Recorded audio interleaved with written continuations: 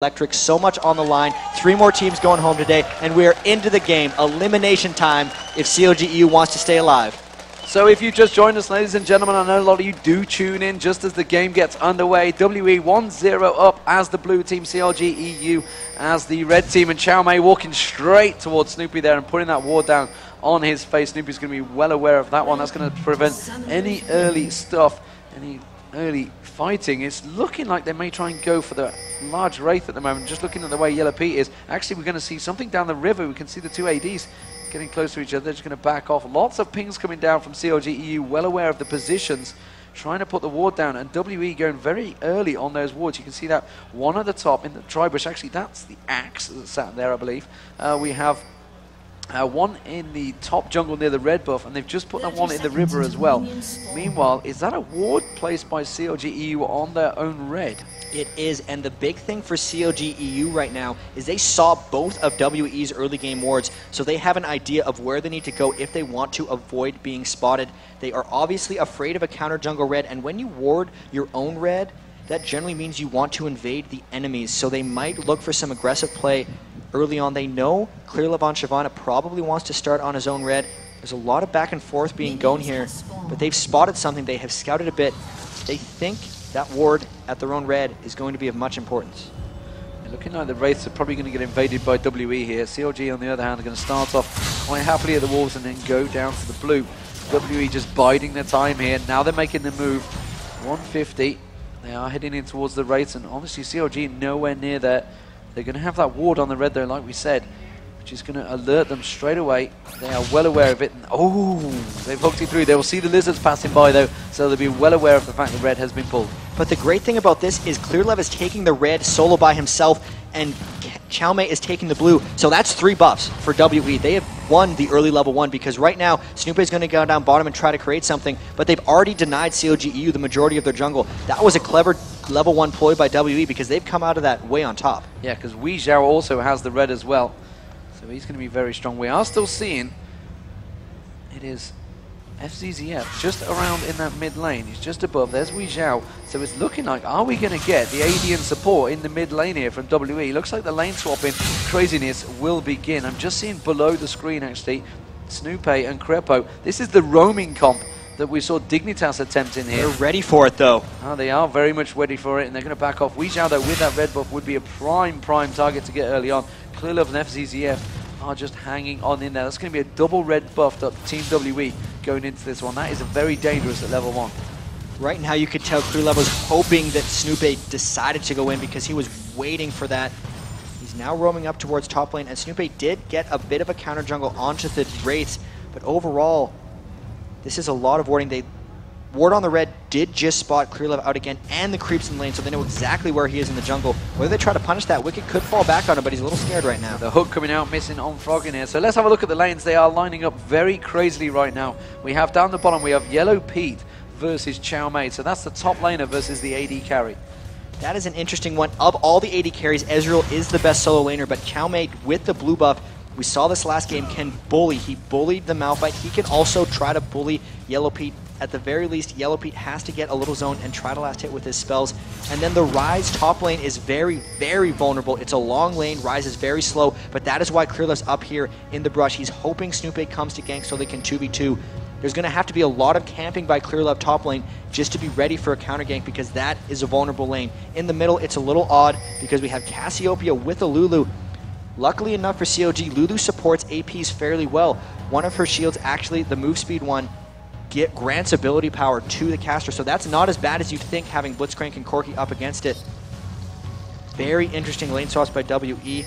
Also interesting counters by CLGeu. Well, this is passing back to WCG 2010, the early days of League of Legends, when you used to have that AP and support lane, the AD in the mid lane. It's just old things being revisited, and it happens. There's only so many ways you can mesh things up, which some teams like to call cheese, but honestly, I just like to call it revisiting an old tactic. We can see, though, ClearLove are ready to pounce here.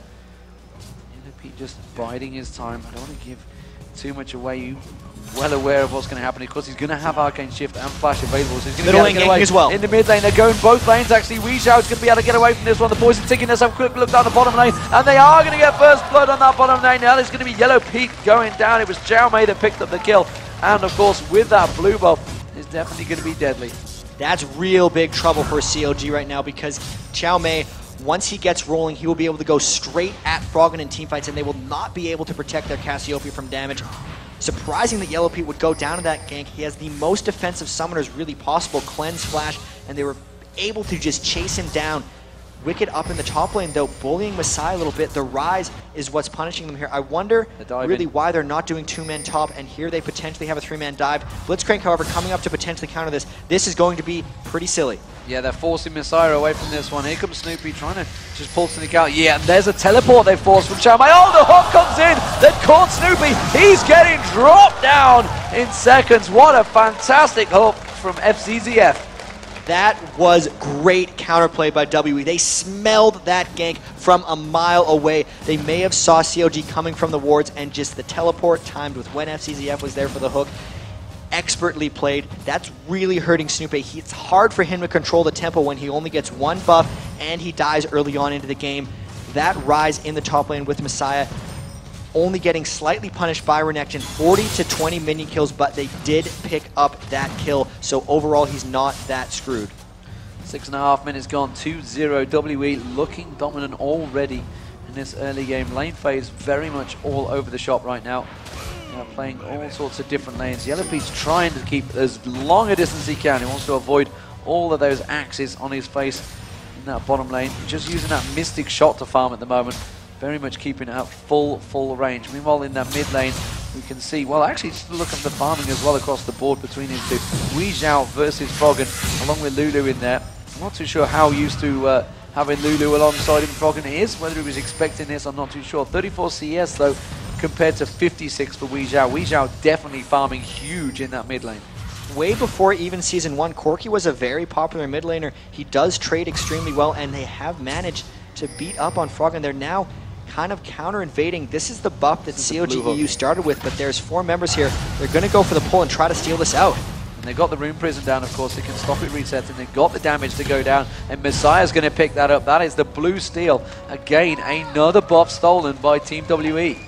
Really just trying to jump on top of CLG right here, playing very aggressive early. Lots of lane switching. They've now sent Olaf up. Rise is back in the mid, so they've won the mid lane swap battle a bit with Corki against Cassiopeia, but they were losing the Rise against Renekton, at least from a minion score perspective. With the power that Olaf gained in the bottom lane, getting that kill, having the Philosopher's Stone, he feels like he can now go up against Renekton. And we'll see if CLG decides to counteract this lane swapping, because this is a very chaotic play from both of them, and you need a lot of practice as a team to react to this type of stuff properly. So a Brutalizer being picked up by Renekton there, so Wicked going to go aggressive in that top lane and see if he can turn things to his advantage. Meanwhile, in the jungle, as we mentioned, Snoopy definitely struggling out there. Still only level 4 compared to Clearlove, who's not far off level 6, I believe. Meanwhile, this bottom lane and the mid lane very much in a big advantage difference. Actually, you know, the top lane, technically, Messiah lost out a fair bit. He's only got 34 CS compared to 52. That was the poor matchup. It was a poor matchup, but it's a big difference, 67 to 51. And honestly, CLGeu is just looked unstoppable so far in this tournament. And whenever CLGeu had the small edge on Yellow Pete in the last game, he just pushed it for the rest of it. And now that they've gotten him that early start, really Snoopy needs to pull something off here. But the counter gank would win here in the case, because Clearlove is level 6 and Snoopy is level 4. So all those early jungle invades have really set Snoopy back. And right now, Worldly in complete control. And this time, unlike last game, they're forcing hard. They've spotted it with the ward, and that was good timing. FCZF might still be able to get the grab in here, though. He's just going to bait it away. Just pulled back. Actually, a good chunk of damage being done by Yellow Pete there on him. And that's going to force Shyvana back in towards that jungle. Clearlove going back around his route. Messiah in that mid lane. He's going to have to try and play catch up here. However, it looks like Froggen went back a little earlier than he wanted to. Wasn't able to complete that Hextech Gunblade. The great thing for Messiah here is, because of the kill, even though he was struggling against Wicked early, he's dead even actually 100 ahead of Froggen in gold. So especially with Froggen not getting enough for that revolver thus far, he would be able to trade with him fairly well unless he gets caught off by an ultimate or a gank. He's actually stealing away the Wraiths, actually. see the pings on the map there, Messiah. And that's something we're not used to seeing Froggen do. Not seeing him used to losing those wraiths. And this just goes to show how strong World Elite is playing right now. The Wraith Steal slowing down Froggen. How do you slow him down? Just take the minions he normally does. Wraiths, neutral minions. So good by Messiah, just especially considering there are people missing on that map. So much confidence right now. Risky play yet to be punished, and Xiaomei dueling Wicked up top. Going for it. Wicked's going for it. He's got the slice and dice on. He puts the ignite down, forces Xiaomei away, and he's happy just to carry on and tank up that turret. Try and do as much damage as he can, farm out as much as he can. The ultimate was used by Xiaomei and Olaf, so Xiaomei is going to go back and buy. Meanwhile, down this bottom lane, Yellow Pete being forced up. Nice dodge there on the last rocket. Clear enough. Well, he's trying to take a peek, but nothing really going to come up from it when you shove that much into the tower, unless you're going to fully commit to a tower dive. They do hook in Yellow Pete. Didn't Arcane shift away from that one, interestingly enough. Was quite happy to just accept the hook.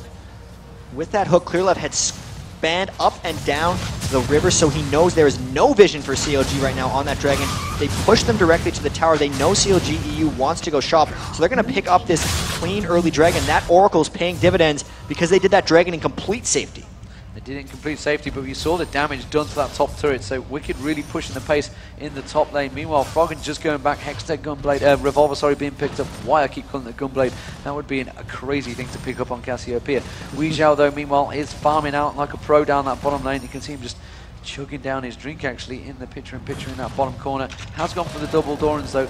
Something interesting with seeing that, you know, how these play out. Last time he went straight for that BF sword. He had that big advantage. This time he's having to play it a bit more safe. Also, I think on Corki, at least, he's going to be going more so for a Trinity Force. Yeah.